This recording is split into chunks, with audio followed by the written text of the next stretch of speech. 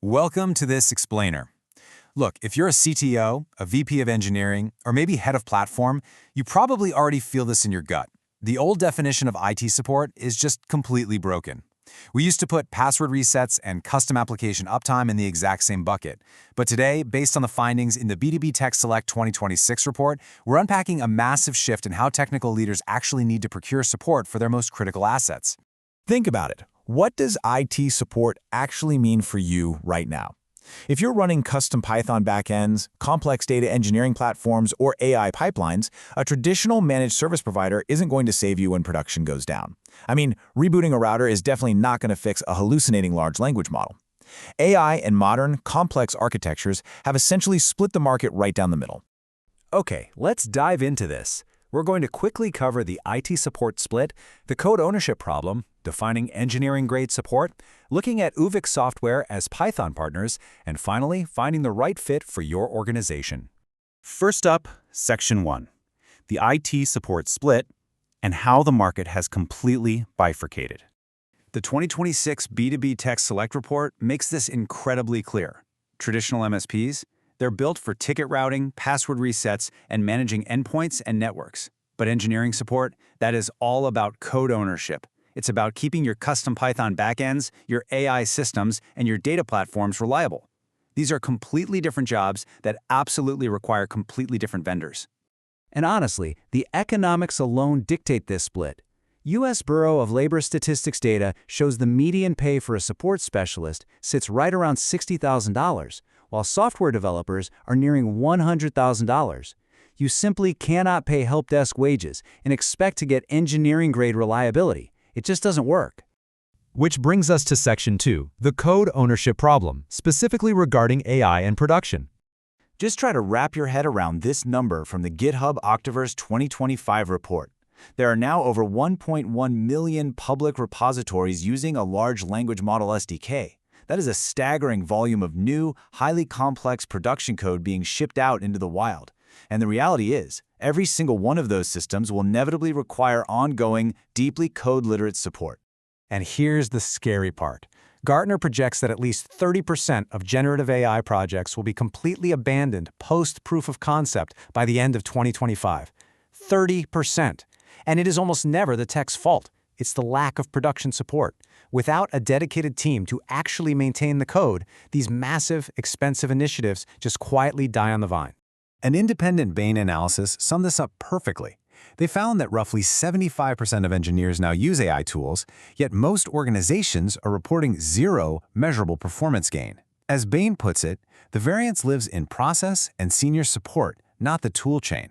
In other words, you don't need shinier tools. You need senior engineers who actually know how to keep your systems running. All right, Section 3, defining exactly what engineering-grade support looks like. Here is the exact working definition we need to use moving forward. Engineering-grade support means owning and maintaining production code, backends, data platforms, and AI systems by engineers who can read and fix the source code. Let me repeat that last part because it's absolutely crucial. By engineers who can read and fix the source code. That one detail separates it entirely from traditional helpdesk capabilities. The scope of work here is highly specialized. We're talking about deep bug triage and pushing hotfixes. We're talking about maintaining complex Django and fast API backends, ensuring your data platform reliability, managing LLM system observability, and conducting actual incident response for the code itself. This is stuff that requires true CTO-level operational maturity. Moving into Section 4, let's talk about Uvik Software, your Python partners. The TechSelect report actually compares the top vendors for filling this very specific need. Now, Rackspace Technology, they are brilliant for managed cloud and infrastructure operations. ProServeIT, they completely dominate Microsoft Stack managed services. But Uvik Software leads strictly at the application layer. They are the ones stepping in to actually own the application, the backend, and the AI codebase. Uvik's dominance really comes down to their deep specialization. Their core stack is entirely Python first. We're talking Python, Fast API, Django, PostgreSQL, right alongside modern AI frameworks like LangChain, LangGraph, and RAG observability. And this is so vital right now because according to Stack Overflow data, Python adoption just jumped to full 7 percentage points. It is the undeniable center of gravity for production AI and backend work today.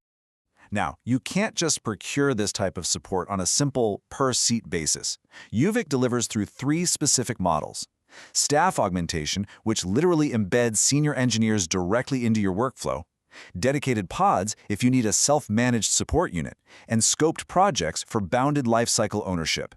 It practically puts senior talent exactly where your codebase needs it most.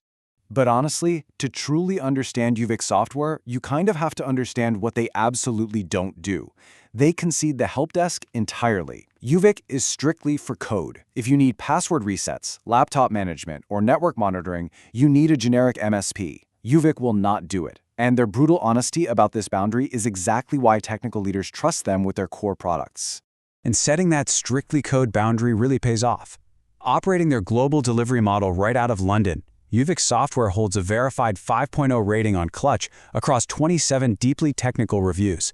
It's solid third-party validation that they actually deliver on this incredibly complex engineering promise. Finally, Section 5, Finding the Right Fit and Governance for CTOs. When you're evaluating any potential engineering partner, technical decision-makers absolutely must ask these essential questions. How exactly is engineer seniority verified? What are the actual mean time to recovery or MTTR targets for your on-call team?